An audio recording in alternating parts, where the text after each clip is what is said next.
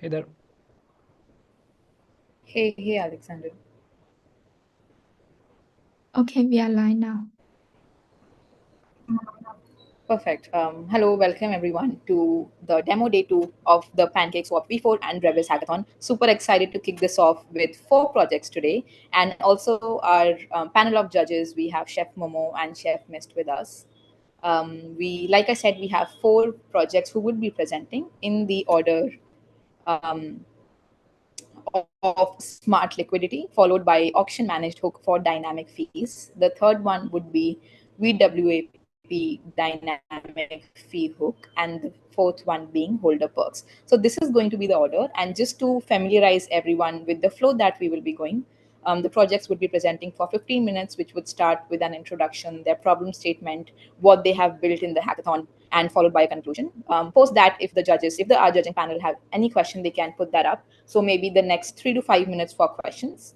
And yeah, I would also request all the participants, all the builders to keep their presentation under 15 minutes. I think that would help distribute the time evenly to all the folks that we have today with us. But yeah, the judge, before we kick off with smart liquidity hooks with the first presenter, if the judging panel has any opening thoughts, Chef Momo or Chef Mist, please feel free to hop in and we can start post that. Yeah, so we have already kind of looked into submissions previously, but yeah, excited to the presentations today, and then yeah, we'll have some follow-up questions after each presentation. So looking forward to it. Sure, sounds good. Yeah, with that, we can start with the first one. Please feel free to start and present your screen.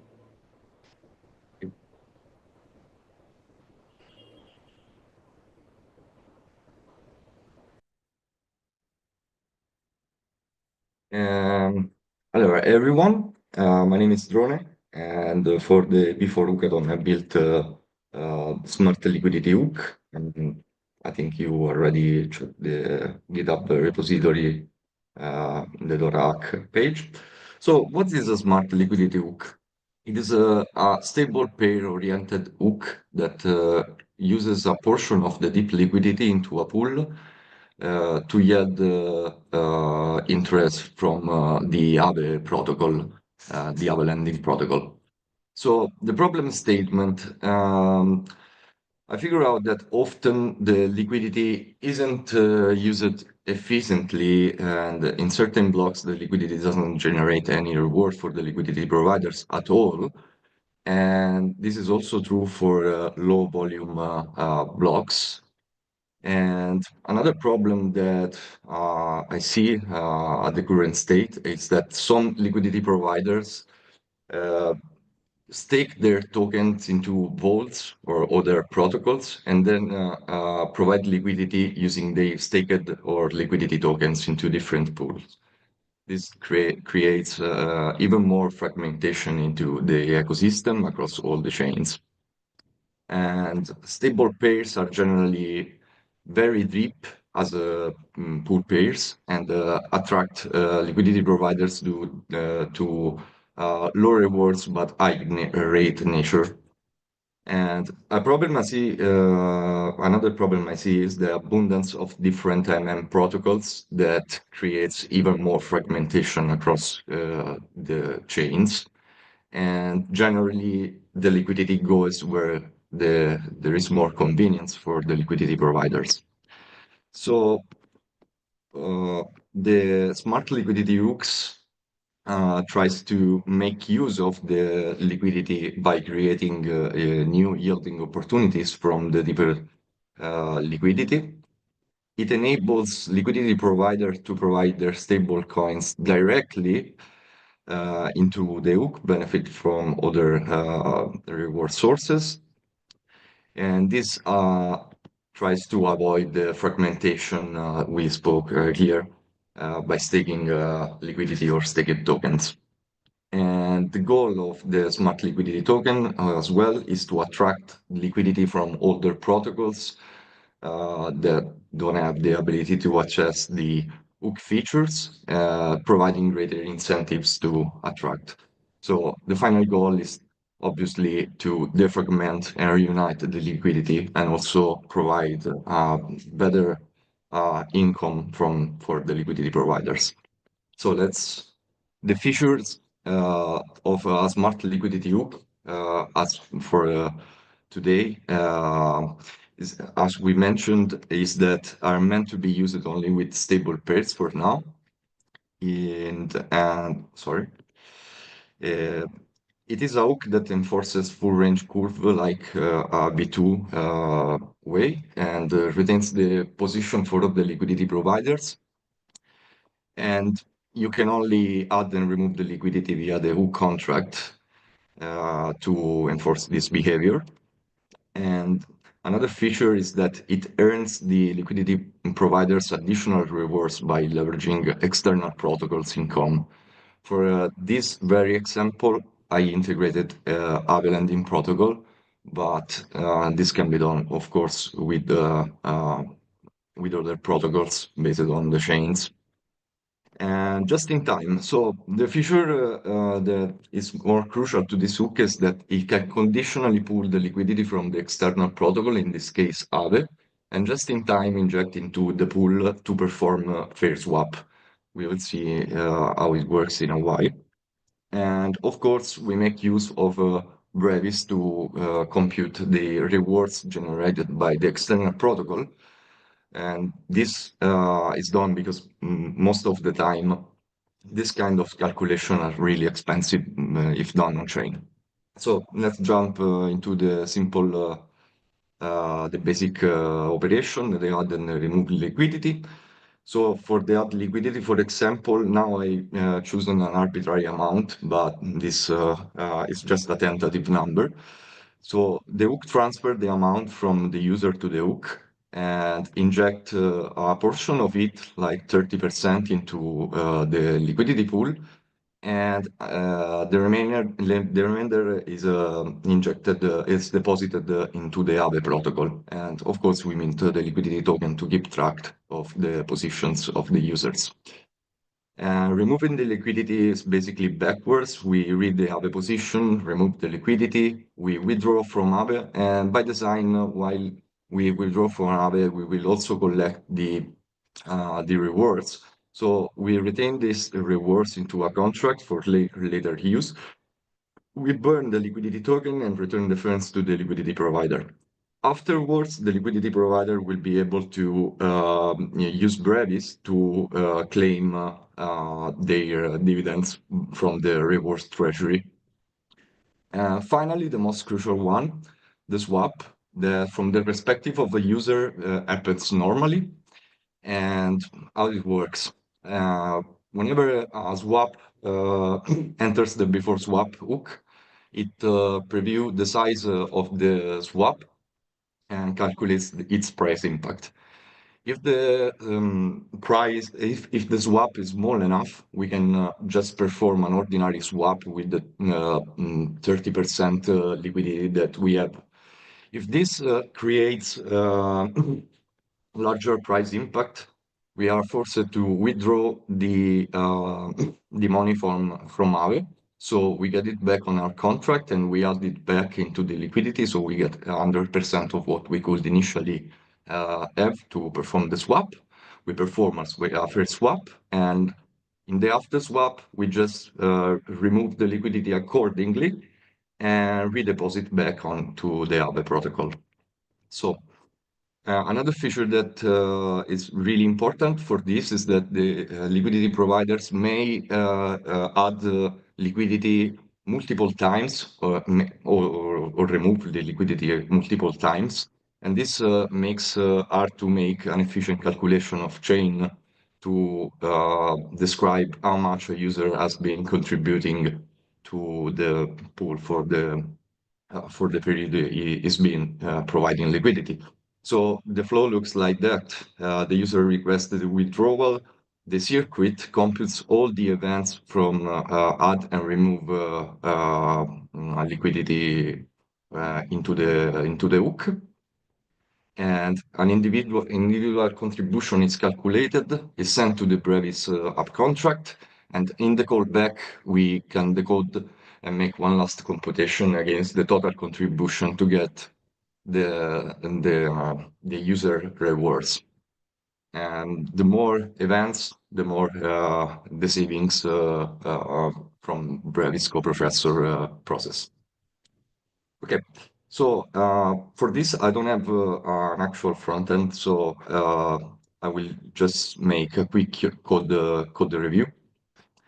And as we mentioned earlier, we make quite a lot of use of these hooks. We have initialize before add and after liquidity, before removing and after removing liquidity, and before and after swap. Let's start with the simple one. As we mentioned, we had add liquidity. Okay. And this is generally really easy. We declare the pool key. We we calculate the liquidity that we want to add. We split the amounts so that we can like add 30% into the liquidity actually, and the other 70% can be deposited into the other pool. And after all is done, we mint the liquidity token, and we can jump into remove liquidity. So the remove liquidity, as we mentioned before, does pretty much the things backwards. we have to make some calculation using the Aave staked token to figure out how much we can withdraw. So we withdraw the liquidity from Aave and just perform the operation. And finally, we have the swap. So the swap happens through the router. So what we have to check actually is that before swap. Okay, before swap, we're going to estimate the price of the actual swap, the price impact that it will have. If the price impact happens to be greater, and so we need to pull out the liquidity, we can perform the withdraw liquidity and inject function, which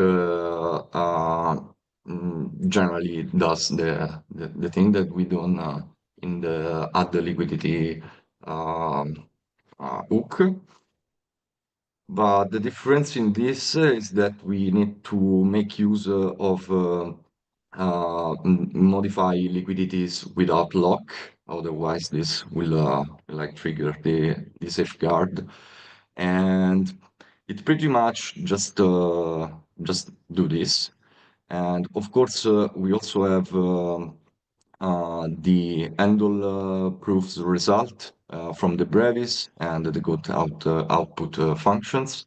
These are generally used as an override to the underproof result from the brevis contract app. And in here, as we mentioned, we return the coordinates for the calculation that we have done into the Brevis circuit. And afterwards, we make one last bunch of computation to figure out the last bits of the contribution computing, and we just transfer the rewards to the user. So I made some testing here. Of course, we set up and we initialize the pool, and I've made some tests like to add the liquidity and borrow, add the liquidity, test a swap if the price is below the given price impact, or if it's higher, so if it triggers the other branch of the if. And we have test for withdrawing the liquidity and decoding and performing the Brevis callback. In this case, this test is quite of a mock, and it's just made to see if it works. And I just run previously before entering because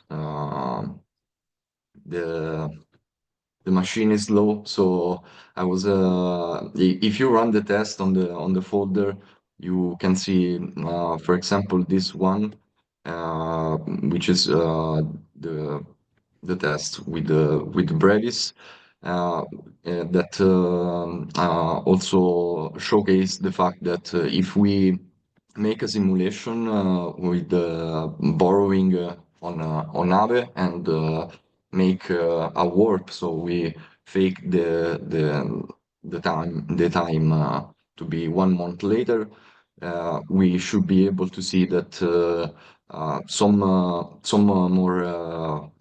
tokens are earned by the Aave protocol after we remove all the liquidity and collect the rewards via Brevis callback. And I think that's pretty much it. I'm sorry I don't have like a front end to showcase this in a better way. But yeah, you can find the test code on the GitHub repository, and that's where we can see.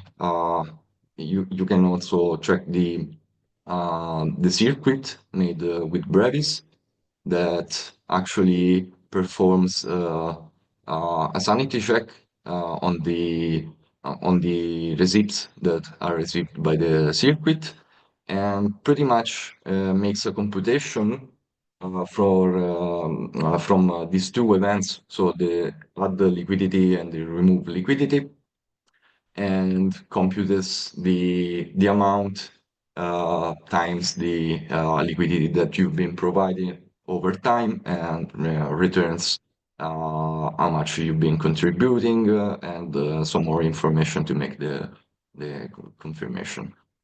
And of course, this comes with a test. We can just, I think this is very fast, so we can just go test.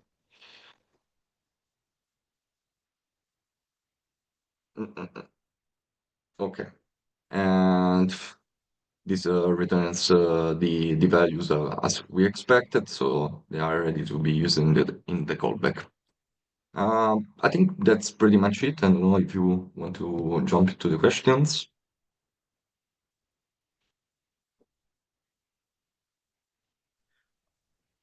Thank you for that presentation. This is great. Just want to kind of get a better understanding in terms of the logics. The business logic of sending out the reward based on the landing positions, and you are tracking adding liquidity and removing liquidity event because you want to calculate the timelines of liquidity provision. Is that the intention here? Yeah. Understand. The reason behind this is that the user may be adding or removing the liquidity multiple times. So this makes really hard to track on chain how much is the contribution percentage that he had compared to the whole contributors to the pool. Understood. So like you reward them proportionally to the timelines of their liquidity deposit, during that certain period. Like, if yeah, exactly. Okay, makes sense. I'm sorry, I think I forgot the first part of the question. Not sure. Oh no, this is like my only question. Yep. Okay. Yeah. I just used this to save a lot of gas during the computation. For sure, this will definitely help you to save a lot of gas. Yeah, Chef Miss here. Just more technical questions is around for this particular hook. Is it one hook contract for all the pools, or we have to deploy a new hook contract for each pool? Yeah. The reason why I'm asking this. Yeah, I get It's it. just be Yeah, I get it. I figure out way later that I could have a better design and like set this hook to be like usable from multiple pools. But since it was like my first experience doing Anuk, I overlooked this detail, and so at the current state, the hook is meant to be redeployed, so one hook to one pool. But yeah, in the future, if this gets refactored, it can be like redesigned to be like reusable, I guess. got it. Thanks. Thank you. Too. Yeah, one question on my side would be, was there a reason to select only the stable pairs? And given that was the case, does it make sense to add the liquidity full range? Is just to make it simple and remove the complexity, is it? Yeah, about the free range stuff, it's more it's the reason is to keep the thing more simple, and about the fact that I choose the only stable pairs comes more from the convenience of staking these coins for two reasons. Mainly for APY perspective. If you stake stable coins, most of the lending protocol will reward the lending stable coins more. So the API is far better than other currencies, and is also less prone to the volatility. And yeah, Right. Okay. the second point is also to keep the thing simple. I don't know if I have actually a slide on that at the end. I was planning, okay. The plans for the future are these, like to experiment with different sources like Aave, because the other chains may have better opportunities. And of course, refactoring, optimization, which is very needed in such a contract, and maybe a government tool to maximize like what you want to choose as a platform for the yielding, and of course more intensive tests, fast in test, and whatever. But yeah, another key point is like to figure out if this can be done with non-stable coins. And how do you handle the case where there's high utilization on Aave? Sorry? Where there is high utilization on Aave, meaning the capital is already borrowed and then the LP wants to withdraw. Is there a way of handle this case? Mm, sorry, no, I'm not sure I understand the question.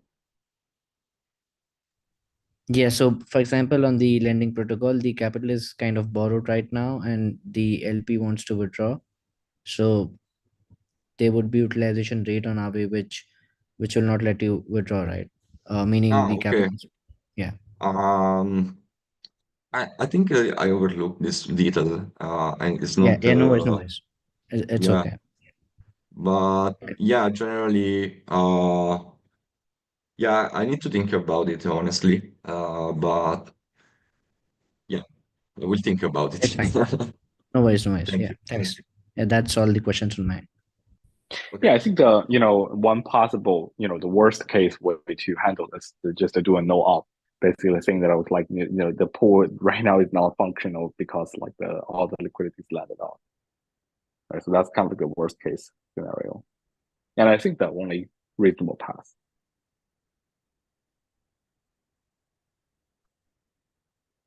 Yeah, I mean, there could be solutions. I was just thinking of like if it's Yeah, already. but I think that's a good catch. Thank you, Momo.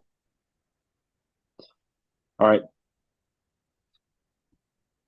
Yeah, if that's all the questions, we can move on to the next one. And thanks a lot, Drone, for the presentation for your and the answer. time. Thank you, John. Great presentation.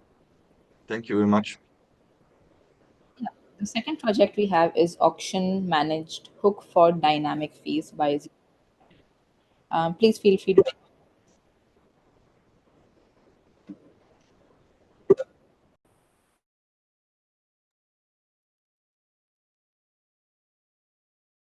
Can you guys see my screen? Am I good to go? Yes, Yep, perfect. Awesome. Hey everyone, I am Garrett, and my submission for the PancakeSwap Hackathon is auction managed hook. So before we dive into the actual hook details, let's look at the actual problem statement that it's trying to solve.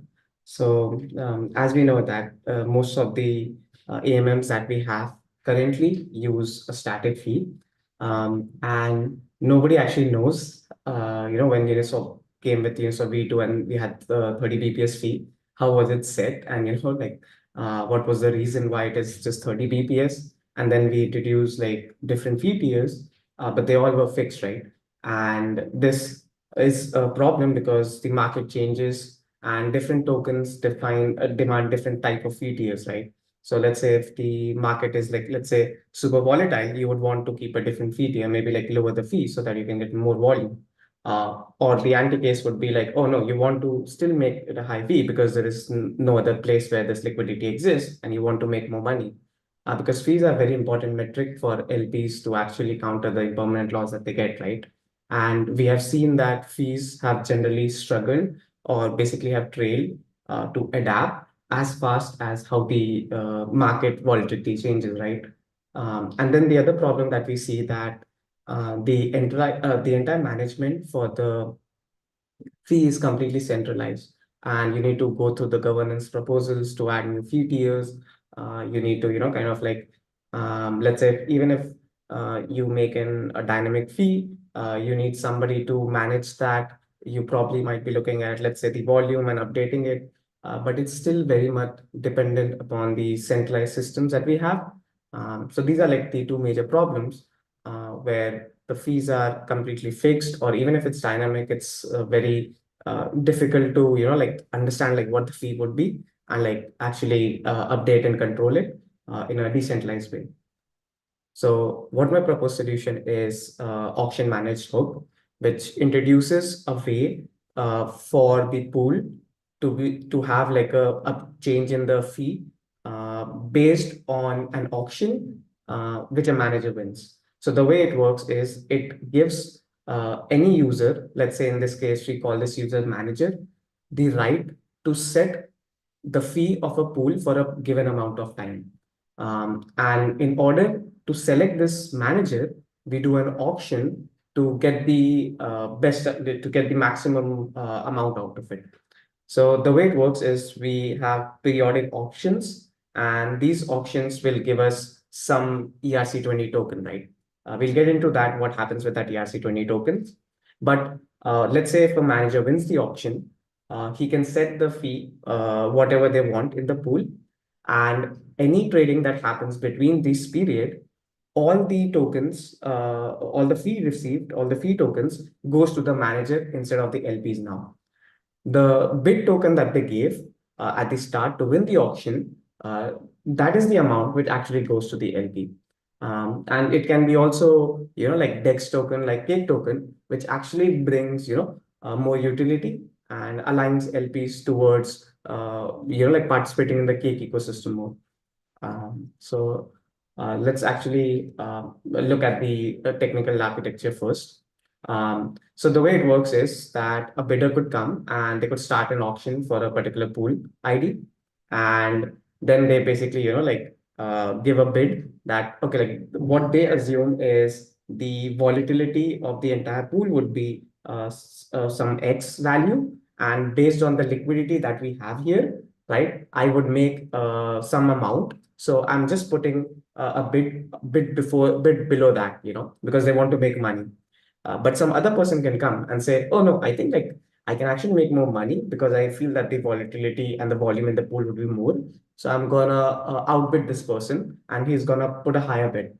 So it works like an English auction where at the end of the auction, auction period, whoever has the highest bid wins the auction.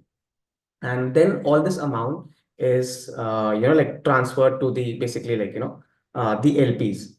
We're gonna get into how it gets transferred, but just assume for now that all this amount gets transferred to the LPs. And once the auction period has ended, the LPs will not be able to withdraw their money till the next buffer time or till the next auction starts. The reason to do that is because these managers like understand that, okay, if there is like $1 million in liquidity, it might earn this much amount of fees, right? So they need to be if we allow people to just withdraw it, right, then the calculations would for the that the manager did would mess up. So till the time period you're basically locked. Managers currently cannot change the composition of your position. They can only control the fees. Now, let's say during this period, let's say the bid was 10 cake token, right? And during this period, after a person won the auction, there was a lot of fees generated, and the fees were worth up to like 13 cake token, right? So this 3 cake token is the reward basically for the manager for doing the bid and like winning the auction and making more money out of it. Now, it could be a case where the volatility or the volume suddenly dies, right? Which often happens, right? Um, in that case, what would happen is that the LPs would be overpaid a lot, and these fee managers would basically incur a loss. So what we are essentially enabling is an instrument to trade volatility for somebody, and that they can, use that to make more money if they're right on understanding what the volatility of the system would be. And we do an auction to make sure that we get the highest possible value that anybody has to offer. And yeah, let's get into features. So it allows us to have an auction mechanism, and it could be any RC20 that we want. Could be the bid token, right? We have the dynamic fee management. We actually do not have a lot of limits. So a manager can set the fee to 0 or to any amount that he wants, right? And there are game theory mechanisms on why it sometimes would set it 0 or very high, right? So let's say if the manager is some kind of arbitrage bot, right? And they want to do arbitrage with other pools on the same network, right? And they don't want to pay the fees. So what they would do is, if they're the manager of this pool, or they can just bribe the manager of this pool a bit to make the fees 0 for their swaps, so that they get like more profit when they execute arbitrages, right? So that's one reason why they can do it like completely 0. The high would be, and then the managers cannot actually set it very high, because if they do it, then no swaps go through them, right?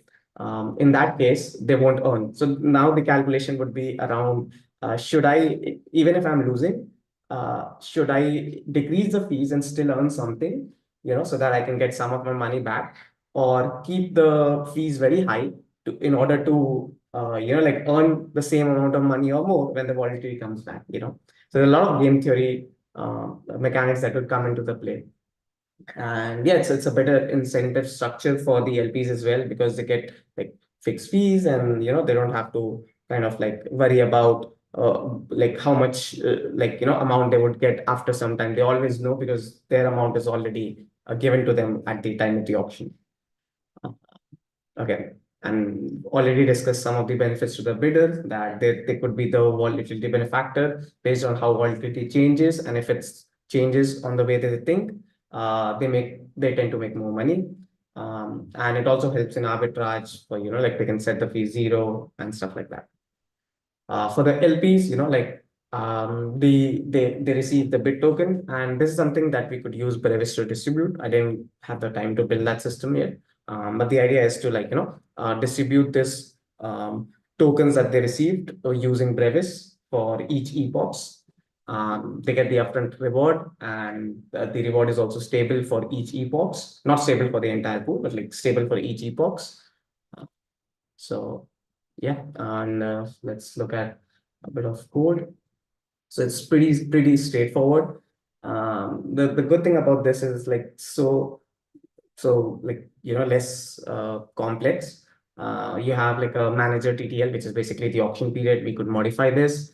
You have the LP withdraw window, which is like 3 hours. Ideally, we can keep it as low as possible because we can use automated services if LPs wants to exit. The auction TTL is basically the time for the auction that happens. This can be also modified. Again, these parameters are right now just selected randomly, and we haven't done any analysis on if these parameters are right. But we have to do it when we actually deploy. In the auction info, you have the current manager, highest bid, and what are the fees earned, because all the fees earned would be actually going to the manager itself. Only the bid amount and the bid token goes to the LPs now. So we basically use after initialize before remove liquidity, because we need to make sure that liquidity can't be removed during the auction period, and we have before swap to change the fee to like zero, whatever the manager has set. And yeah, there is a start auction. It starts the auction. Let's say if there's no auction winner, it defaults to the current fee of 5 BPS. This can be also updated. There's a bid. Once the bid is done, the other amount, like let's say if somebody puts up a bid and there is somebody who puts a higher bid, the person who had the lower bid, they get their amount instantly, and the higher bidder amount is logged. They can set the fees, they can collect the auction fees. In this case, this is where we would use Brevis, where we call this, and all the tokens would go to us, like a contract. In this case, we're calling it auction fee receiver. And based on, the epochs that an LP was in, it can basically take up the fee. We can have different fee mechanism that as close you were to the average point of swaps in the current epoch, the higher LP tokens you get, and this is before the swap to update the fees. And in this, we just check that like you should be in the LP withdraw time to basically remove the liquidity. And yeah, that's pretty much it. And there are like some future things that I wanted to talk about, that what would be the updates. One of the updates would be, this does support multiple pool, but we've tested it for like just one. So, make sure that it works for all different kind of pools as well. The other thing that I look forward to, it's like one of the inefficiencies that it has right now is it's just like single chain pool. But let's say when we talk about ETH-USDC, like Pancake has that on like different networks, right? What if we could use something like Layer 0 or like any of the cross-chain solutions to have an auction for all the liquidity across all the networks, and then they control like a higher amount of, higher amount of capital in the management, right? And they could set the fees based on different, different networks based on different volatility. The other thing could be, like try to make like a native gauge and a token, which would allow you to, let's say if we Pancake holders wants to kind of, give rewards to this, it basically aligns that thing as well, right? Because they would get all the fees from the pool, while the LPs get the bid reward, right? You can have more mechanics to involve, like let's say if a person holds X amount of, tokens, they get additional 10 minutes in the auction, because the time for the auction is really important. Determining that, you can determine how much volatility you would assume, So yeah, but ultimately as a bidder, you are trading the volatility. As an LP, you're basically selling it and receiving the upfront reward. And yeah, that is it. We'd love to answer any questions and feedbacks.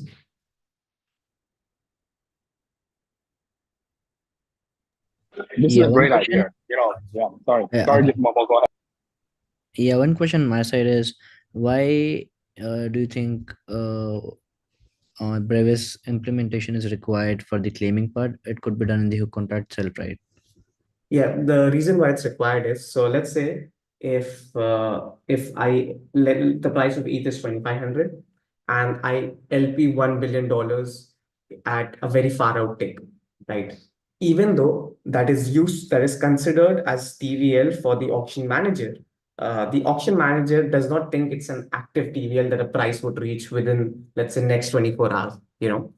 So we need a way for us to identify how the price has moved across, you know, like the entire epoch. Let's say sometimes the price will be 2,500, 3,000, or 2,000, and you know, we take out a mean price of that, and then we distribute it linearly based on how closer to the price you were when you know, like when you basically LP.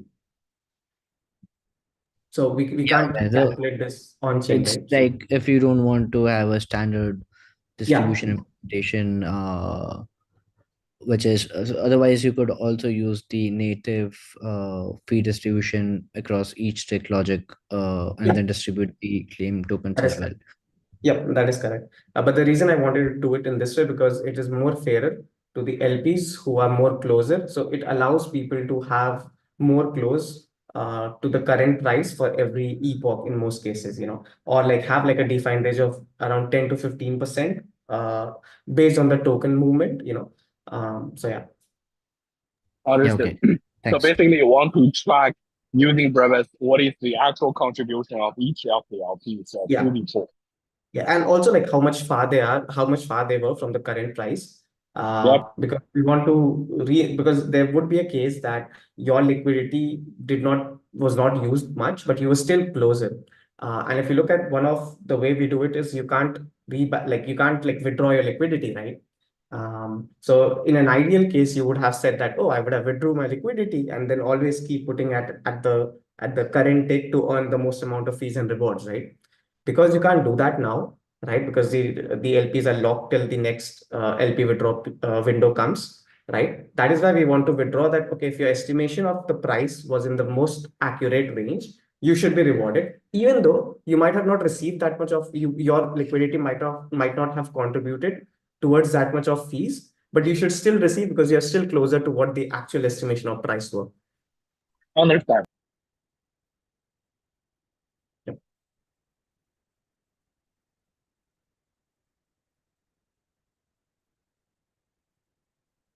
Well, I wish you have Hi. the Brevis side of the implementation complete, but happy to help with that later. Yeah, would love to get this in because like I think like that thing you can always update in different like the good thing with Brevis is completely off chain, right? So we can keep up and we send all the rewards to an auction fee receiver, right? So let's say if this mechanism doesn't work and we want to change, we can even change it as well, right? But yeah, like once we are actually live with Pancakes or V4 and when we deploy this hood, by that time obviously we should be having the Brevis implementation as well. Understood.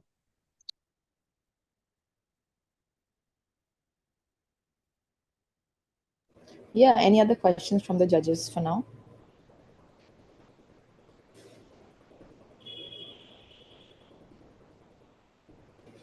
Okay, there's nothing else. Thanks a lot, Garrett, for the presentation. Really appreciate the time and efforts. Really fun Um, building. Yeah, we'll be moving on to the third one, which is VWAP dynamic fee hook. Yeah, feel free to take on the stage and present. Okay. Ship, yeah, go on. Let me know if you can see the screen. Yes, I can see it now. Okay. Ready?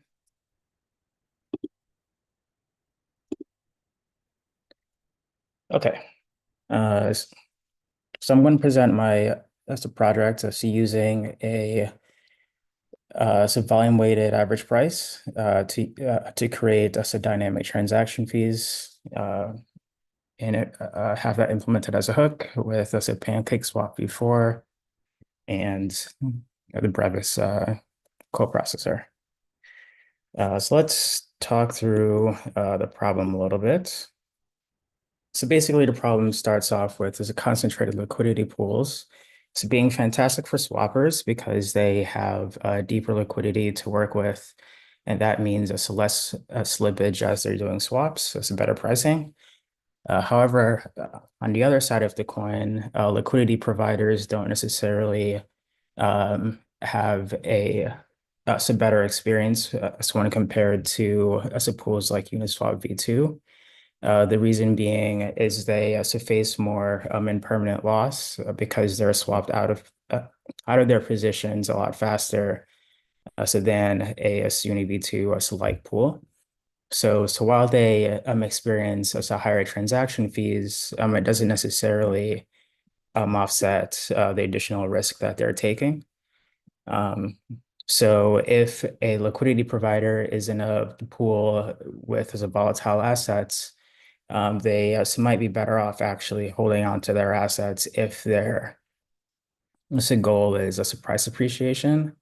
If they're in like a stable pool or as a pool or as during like a market structure, so that's more of a sideways movement, then absolutely they're in a much better position. So the problem that I plan on solving with this dynamic fee is how do we make liquidity providers, especially if they are passive liquidity providers, so win in some more environments. So what we can basically do is to use transaction fees to control the price that a pool is presenting out to the market.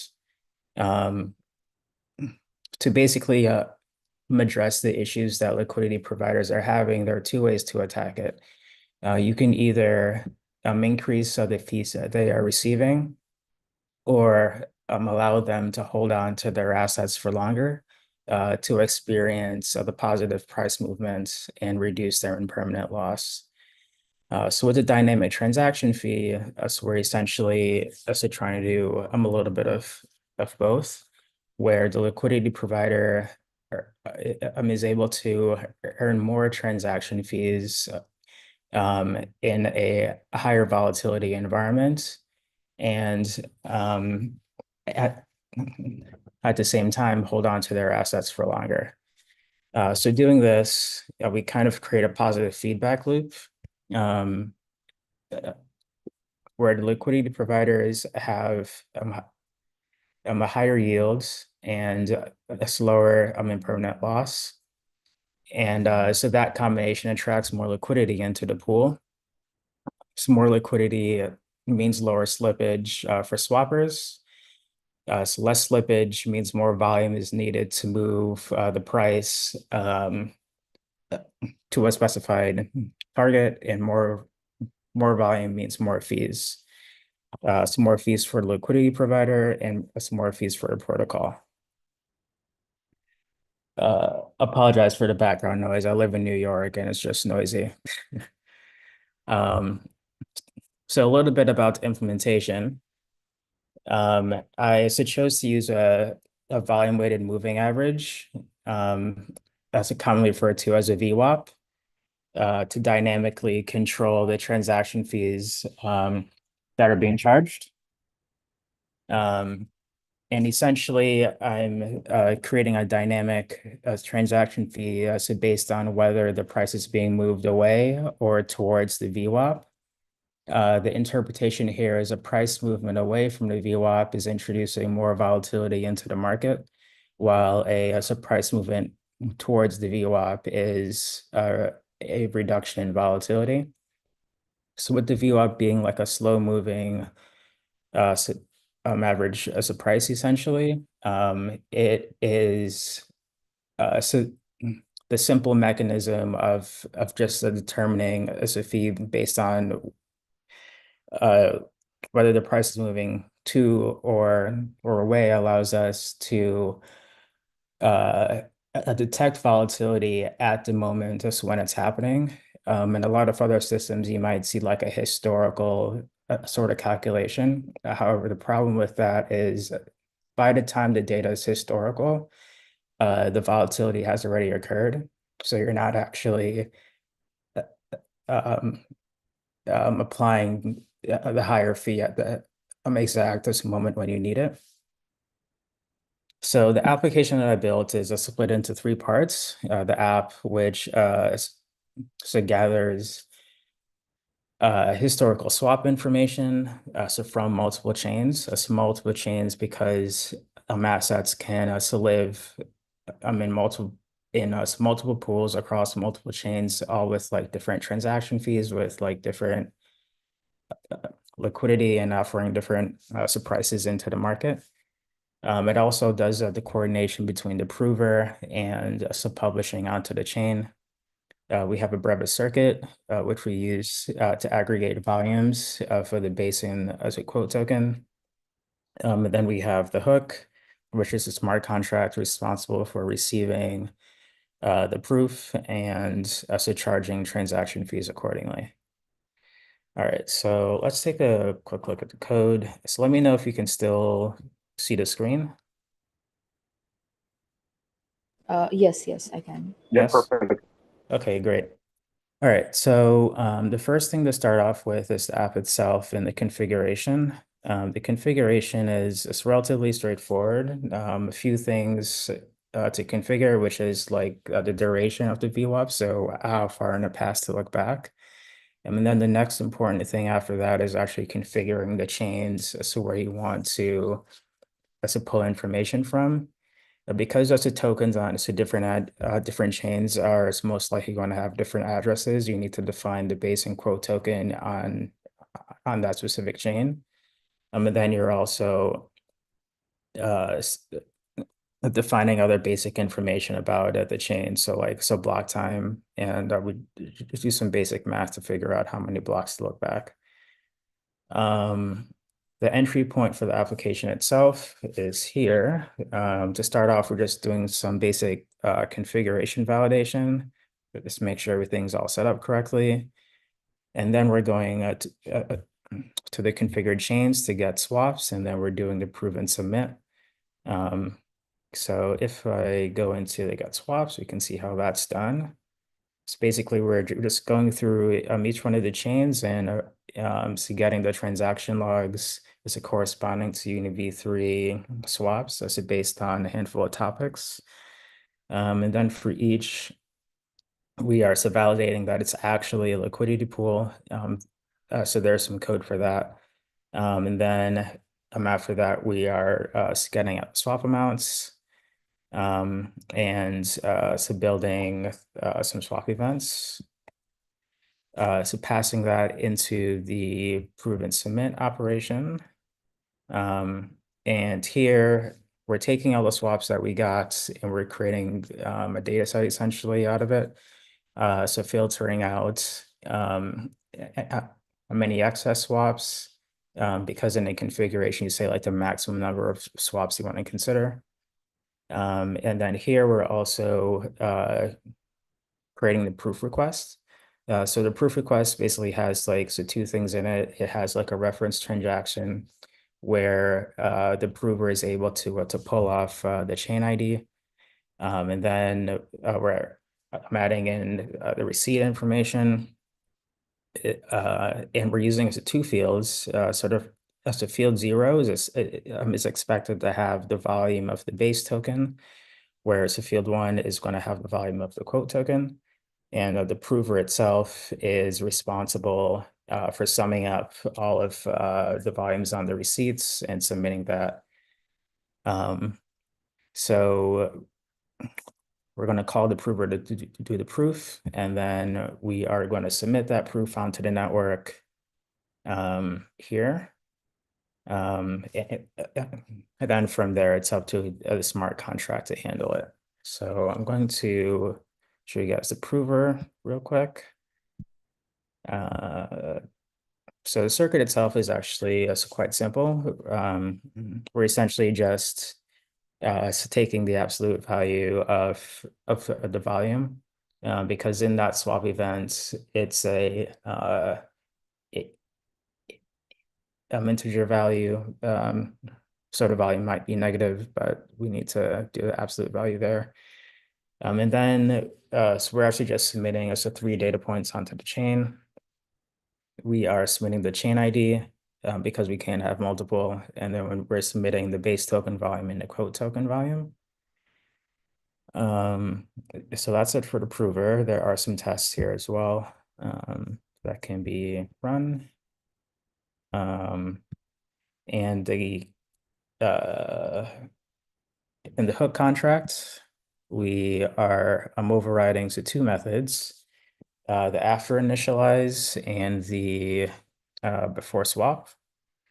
In the after initialize, as we're expecting to have a hook data that has the base fee that we should always be charging, the volatility fee, which is the additional fee on top of the base fee if a price is being moved away from the VWAP, the base token, the quote token, and we actually have we create a new instance of a contract for each pool that is responsible for capturing the Brevis proof and for us telling us what the VWAP is. So let's take a look at that contract really quickly.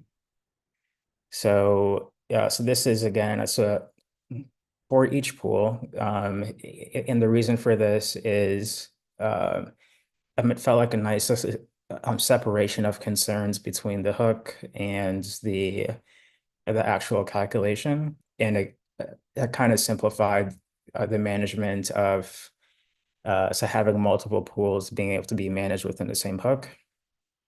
So within this contract, as I mentioned before, it's just handling the proof results. It is extracting out the chain ID, the base volume, and the quote volume, and then I'm upscaling the base and quote value, so volume to 18 decimals. In the hook arguments, an administrator is also passed. So the administrator can do a few things like set the chains to consider. So when calculating the VWAP,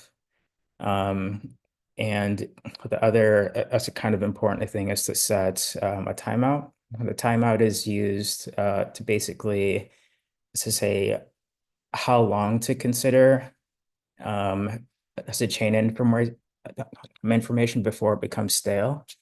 So for example, if you configure a 5-minute window and your last update was 20 minutes ago, it's not going to include that in the VWAP calculation. And that's to kind of keep the data as fresh and reliable as possible. Yeah, so that's that. In the before swap, so this is when we are looking up that pool information that has our reference to the rate provider, and we are asking for the VWAP out of that. And then based on that, we are calculating any additional volatility fee that should be charged. And so we're taking a look at what the input token is and whether or not it is the base or quote token. And then from there, we can figure out if the price is going to be moved up or down. And then we consider the current pool's price in relation to the VWAP to figure out if we should charge that additional fee. So so that's all that I have. And so with that system in place, we can kind of allow liquidity providers to charge a higher fee in higher volatility environments at the exact point when it's needed. And at the same time, allow them to hold on to assets a little bit longer to expose them to positive price action. So open to any questions. Yeah. Yeah, okay. One question on the logic side from my, which is you have measured the code volume and the base volume, Yeah. but for the VWAP, you'll also need the price points, right, to be multiplied. And why do you need to like get both the values? You can also use one of them and use the price to calculate the average price, right? So well, the thing about the base and the quote volume is in like a VWAP calculation, you would traditionally do it just by the realized price and the amount of units being transacted. But if you kind of like strip that calculation down, so it comes out to the base and quote volume anyway. So that's why I kind of just like sticking at that. And then I decided not to use the square root x96 price off of the receipts because so that doesn't take into account the transaction fee on the pool. So like it's so not the actual realized price. Yeah, so that was my logic there. Okay, got it. And then on the logic where the price being set, if the dynamic fee has to apply, is it a fixed multiplier of the base fee? Oh, it's not necessarily a multiplier, it's an Okay. additional fee. So like, Anything defined? Okay, got it. yeah. I think this is something moving forward that would be nice if it would if it kind of like was a more like scaled fee. So like for example, instead of so charging a volatility through the fee of like so 5 basis points all the time, like maybe it's a range between 0 and 5 or something like that, depending on the amount that's being transacted. So that's definitely something that could be improved on, I think. Yeah, okay. Yeah, thanks. Yeah.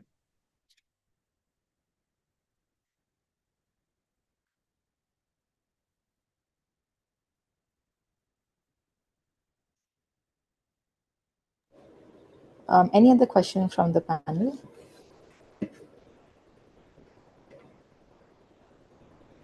Okay. Yeah, that's it.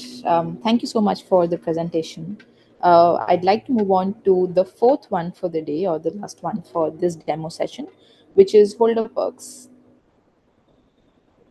Yeah, thank you. I'll share my screen now. Just 1 second.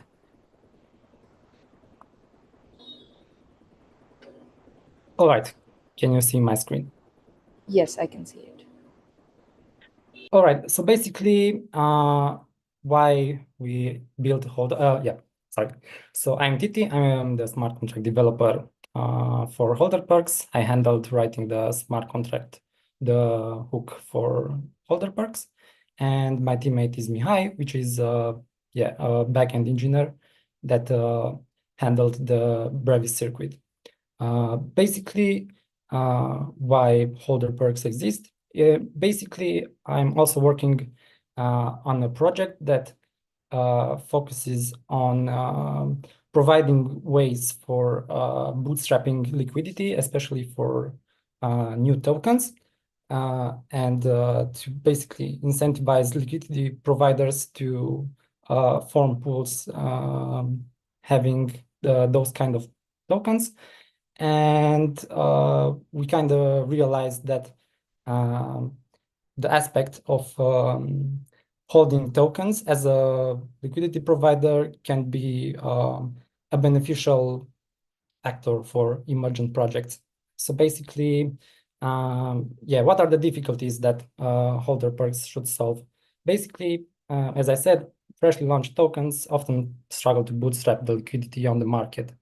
And these kind of tokens, so reward or airdrop tokens, are dumped right after the unlock phase or the release phase, and that can lead to lower confidence in the project that is sitting behind.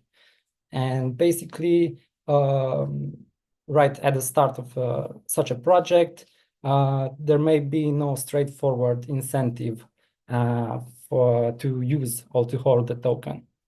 So basically, how holder perks should address these problems is that it should actually act as an extension feature for incentive providers. It can be used as a, like, let's say, standalone feature, but it should show its power combined with other features that I will showcase in a moment. So basically, what the holder perks does is it will enable LPs to receive additional swap fees for simply holding a token. And let's see the main case for this. Let's say that, I'm an incentive provider and I'd like to bootstrap liquidity for my project token, ABC. while also promoting holding the ABC token. So what I would do, I would first create a PancakeSwap v4 pool that is hooked to holder perks, and then I would create some kind of incentive distributor that I will fund with ABC. And this contract would distribute ABC to the LPs of the newly created pool, let's say for X blocks or for a certain period of time. And let's have a look at a concrete flow overview. So basically, as an incentive provider, I would initialize such a pool that is hook enabled by holder perks, and I would basically specify an interval for accumulating fees, a swap fee percentage for LPs holding the token, and I will also specify which token should be eligible for this case. And we shall name it token Y for this example. After that, an LP that holds this token Y, would provide liquidity in this pool.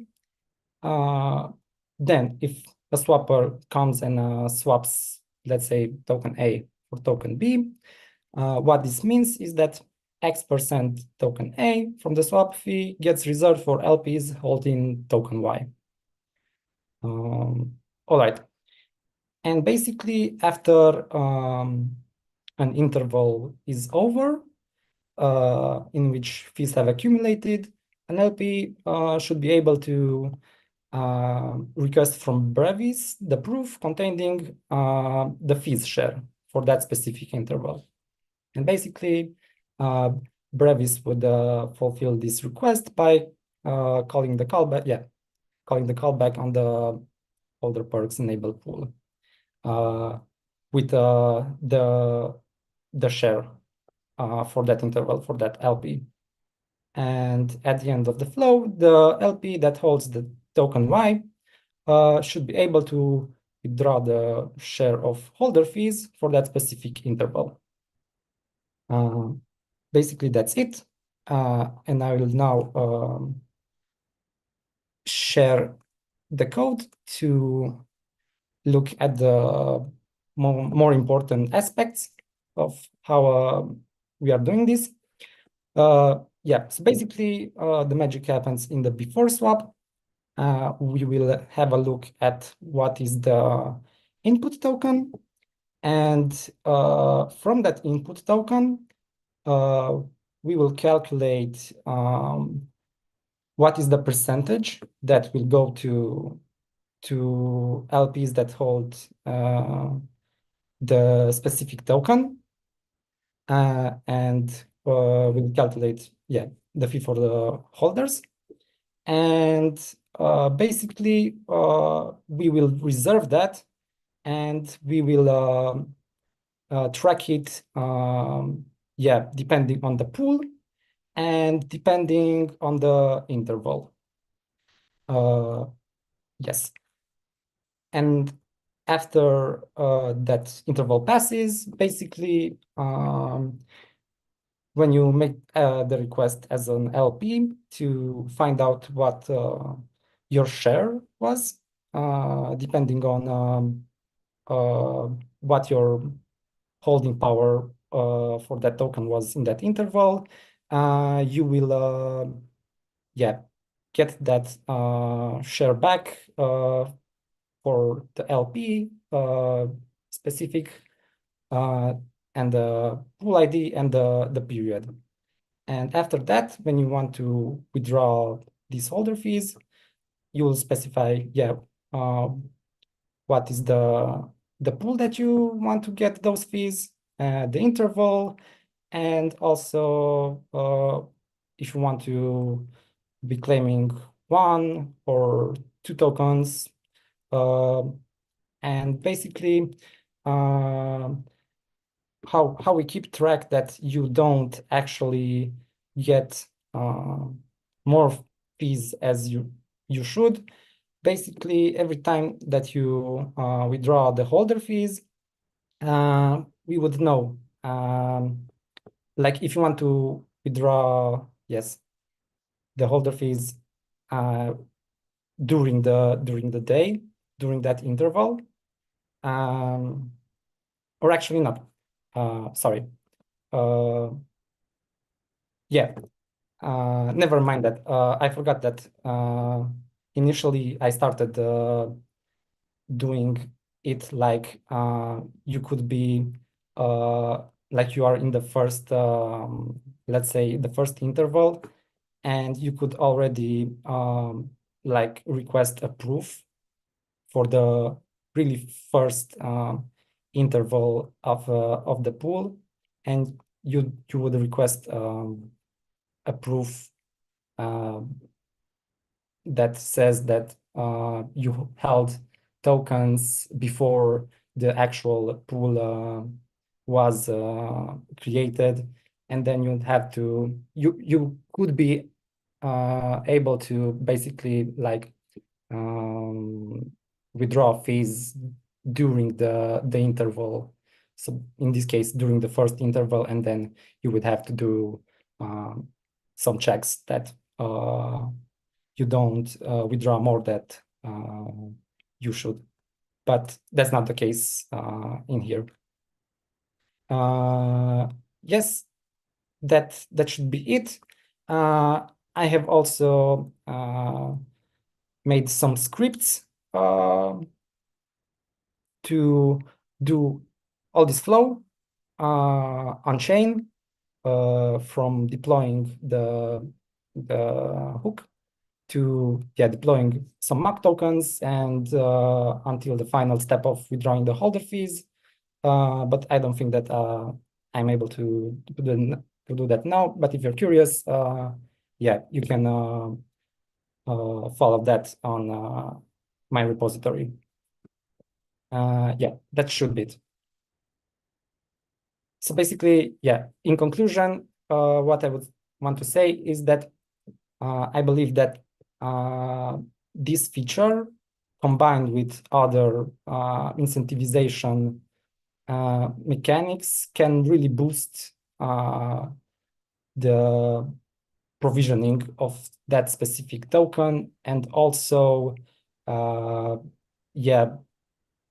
keep it a little bit more stable market-wise. Thank you. Could you show me the part where you use like Brevis, the Brevis circuit implementation part? In the smart contract? Oh, no, not the smart contract, but the circuit, like, where you calculate the average holding of the token. Right. What I wanted to say is that unfortunately, Mihai wasn't able to put the code in a stable or to a point that it is usable. Understood. Thank you. I know it's a bummer. Cool, but good idea, and happy to help afterward. Yeah, we'll definitely need that.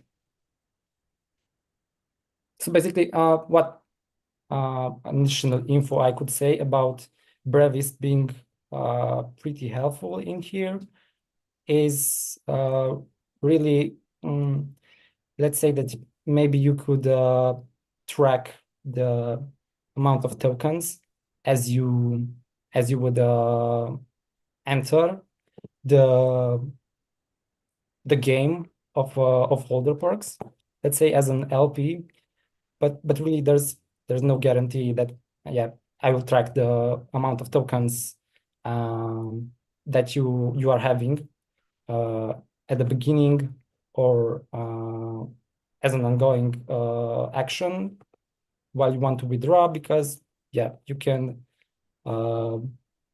move those funds around, move that token around as much as you want, and there can be many micro transactions and many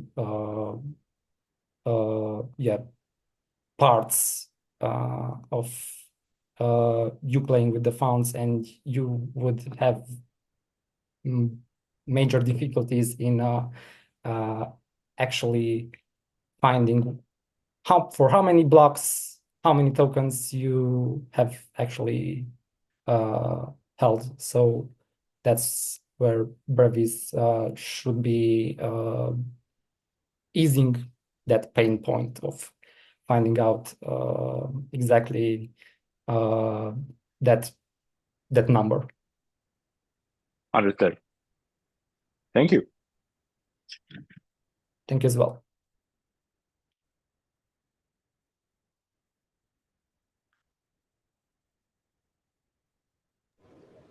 Perfect. If there are no other questions, I think that was what we will conclude with today. That was the fourth presentation for the day. And this was, like I said, the second demo day. We have another one which is scheduled for tomorrow. Super excited to be able to host these demo days and the hackathon for partners like Pancake and Brevis. But just to give all the participants and builders an idea of the timeline, the winner announcement would be done on 24th October. So, like I said, there is another demo day that we will be catering to. But thank you for the time today, and really appreciate all of your presentation and answering the questions. And again, thanks a lot for the judges to be over here. Thank you, guys. Thanks, Thank everyone. you. Take Really care. good Bye-bye. ideas. Thanks. Bye. Thank you for having us. Thank you. Thank you very much. Thank you, John. Thank you.